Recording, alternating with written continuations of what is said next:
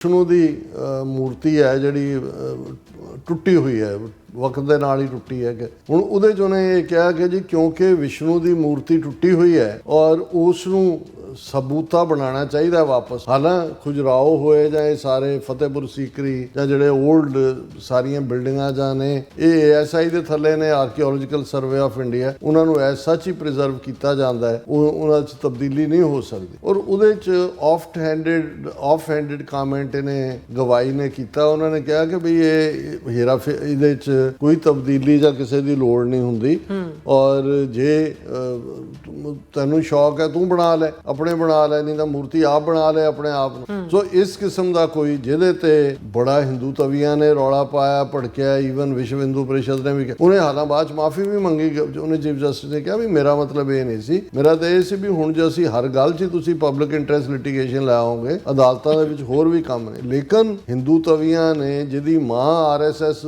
ਦੇ ਫੰਕਸ਼ਨ ਦੇ chief guest ਲਈ ਜਾਣ ਵਾਲੀ ਸੀ, ਉਹਨਾਂ ਨੇ ਇਹਨੂੰ ਮਾਫ ਨਹੀਂ ਕੀਤਾ। ਔਰ ਅੱਜ ਜਿਹੜਾ ਵਾਕਿਆ ਜਿਹੜਾ ਸਾਰੇ ਭਾਰਤੀ ਮੀਡੀਆ ਜਾਂ ਉਹਨਾਂ ਦੇ ਯੂਟਿਊਬਰ ਡਿਸਕਸ ਕਰ ਰਹੇ ਨੇ ਕਿ ਚੀਫ ਜਸਟਿਸ ਗਵਾਈ ਕੇਸ ਦੀ ਸੁਣਵਾਈ ਕਰ ਰਿਹਾ ਸੀ 2 ਹੋਰ ਜੱਜਾਂ ਦੇ ਨਾਲ, ਤੇ ਇੱਕ 71 ਸਾਲਾ ਸੀਨੀਅਰ ਵਕੀਲ ਜਿਹੜਾ ਸੁਪਰੀਮ ਕੋਰਟ ਦਾ ਹੀ ਵਕੀਲ ਹੈ, ਸੁਪਰੀਮ ਕੋਰਟ ਬਾਰ ਦਾ ਮੈਂਬਰ ਵੀ ਹੈ, ਰਾਕੇਸ਼ ਕਿਸ਼ੋਰ ਉਹਦਾ ਨਾਂ ਹੈ, ਉਹ ਡਾਇਸ ਦੇ ਨੇੜੇ ਗਿਆ, ਉਹਨੇ ਆਪਣੀ ਜੁੱਤੀ ਲਾਈ ਤੇ ਚੀਫ ਜਸਟਿਸ ਦੇ ਵੱਲ ਸੁੱਟੀ। ਨਾਲ ਹੀ ਉਹਨੇ ਨਾਰਾ ਬੁਲੰਦ ਕੀਤਾ ਕਿ ਸਨਾਤਨ ਕਾ ਅਪਮਾਨ ਨਹੀਂ ਸਹੇਗਾ ਹਿੰਦੁਸਤਾਨ। ਇਸ ਲੈਵਲ ਤੱਕ ਅੱਜ, ਔਰ ਇਹ ਗੱਲ ਠੀਕ ਕਹੀ ਆਪੋਜੀਸ਼ਨ ਨੇ ਵੀ ਕਹੀ, ਦੂਜਿਆਂ ਨੇ ਵੀ, ਕਿ ਇਹ ਹੈ ਜਿਹੜੀ ਤੁਸੀਂ ਨਫ਼ਰਤ ਪਿਆਈ ਹੈ ਹਿੰਦੂਤਵਾ ਦੀ, ਜਿਹਦੇ ਥੱਲੇ ਸਾਰਾ ਕੁਝ ਇਹ ਖੜਾ ਕੀਤਾ ਹੈ, ਉਸ ਦਾ ਅੱਜ ਨਤੀਜਾ ਹੈ ਕਿ ਈਵਨ ਸੁਪਰੀਮ ਕੋਰਟ ਦਾ ਚੀਫ ਜਸਟਿਸ ਆਪਣੇ ਚੈਂਬਰ ਦੇ ਵਿੱਚ ਬੈਠਾ ਹੋਇਆ ਵੀ ਸੁਰੱਖਿਅਤ ਨਹੀਂ ਹੈ। ਔਰ ਹਮਲਾ ਕੋਈ ਬਾਹਰੋਂ, ਕੋਈ ਅਨਪੜ੍ਹ, ਕੋਈ UP ਬਿਹਾਰ ਦਾ ਜਿਹੜਾ ਇਹਨਾਂ ਦਾ ਦਬੰਗ, ਜਿਹਨੂੰ ਇਹ ਕਹਿੰਦੇ ਨੇ ਬਦਮਾਸ਼ ਲਈ ਅੱਜ ਕੱਲ੍ਹ ਲਫ਼ਜ਼ ਉੱਥੇ ਦਬੰਗ ਹੈ ਹਿੰਦੂ ਤਵੀਆਂ ਦੀ ਇਹ ਟਰਮੀਨੋਲੋਜੀ ਹੈ, ਉਹਨੇ ਨਹੀਂ ਕੀਤਾ। ਇੱਕ ਬੁੱਢਾ 71 ਸਾਲਾ ਬਾਰ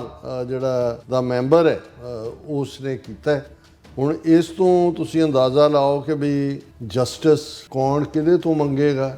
ਇਸ ਕਿਸਮ ਦੇ ਮੁਲਕ ਦੇ ਵਿੱਚ ਕਿਵੇਂ ਘੱਟ ਗਿਣਤੀਆਂ ਰਹਿ ਸਕਦੀਆਂ ਨੇ। ਅਦਲ ਤਾਂ ਬਾਅਦ 'ਚ ਮਿਲਣਾ, ਇੱਥੇ ਤਾਂ ਜਿਹੜਾ ਈਵਨ ਚੀਫ ਜਸਟਿਸ ਖੁਦ ਵੀ ਸਿਕਿਉਰ ਨਹੀਂ ਹੈ। ਜੇ ਉਹਨਾਂ ਨੂੰ ਲੱਗਦਾ ਹੈ ਕਿ ਭਾਈ ਉਹ ਉਹਨਾਂ ਦੇ ਕਿਸੇ ਹਿੱਸੇ ਤੋਂ ਖੱਬੇ ਸੱਜੇ ਹੋਣ ਦੀ ਕੋਸ਼ਿਸ਼ ਕਰਦਾ ਹੈ ਤੇ ਉਹ ਮਾਰੇ ਜਾਣ ਦੇ ਕਾਬਿਲ।